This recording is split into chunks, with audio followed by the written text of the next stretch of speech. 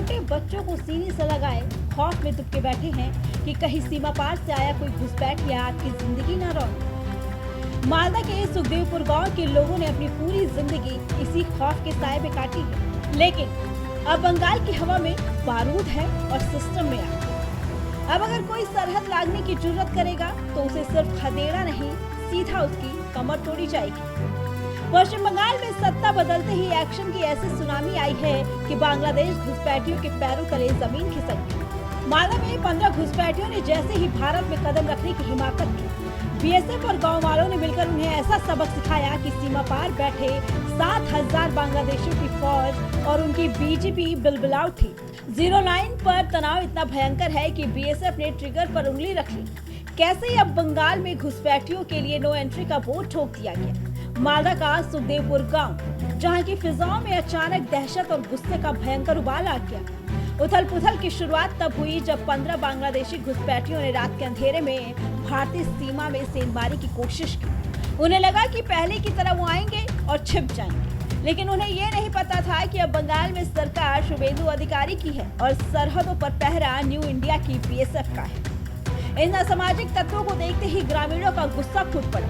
उन्होंने तुरंत मोर्चा संभाला, बीएसएफ को अलर्ट किया और जवानों के साथ कंधे से कंधा मिलाकर इन घुसपैठियों को वापस उनकी सही जगह यानी सीमा पार खदेड़ दिया। इस एक्शन का असर सीमा पार ऐसा हुआ कि वहां के कट्टरपंथियों का खून खौल गया।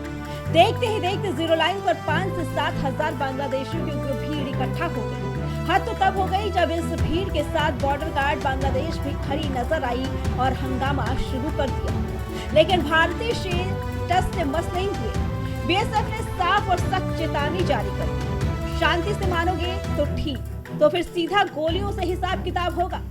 इलाके की संवेदनशीलता को देखते हुए सीमा पर रेड फ्लैग लहरा दिया गया। 1200 मीटर लंबे इस इलाके में अब परिंदा भी पर नहीं मार सकता। ये महज बॉर्डर का बवाल नहीं, यह बंगाल में हुए सत्ता परिवर्तन का सबसे घातक इम्पैक्ट है। मुख्यमंत्री शुभेंदु अधिकारी ने पहली ही कैबिनेट बैठक में बॉर्डर फेंसिंग के लिए जमीन सौंपने का जो ऐतिहासिक फैसला किया था, उससे इसी की ये बौखलाहट है। घुसपैठियों के सारे चोर दरवाजे अब सीमेंट और लोहे से हमेशा के लिए सील किए जा रहे हैं। बीजेपी नेता कौस्तव बागची ने इस पूरी साजिश का सीधा ठीकरा पूर्व मुख्यमंत्री ममता बनर्जी पर फोड़ा। बागची ने कड़े शब्दों में आरोप लगाया कि सत्ता छीनने के बाद अब सीमा पार की विभाजनकारी ताकतों से मदद की भीख मांगी जा रही है।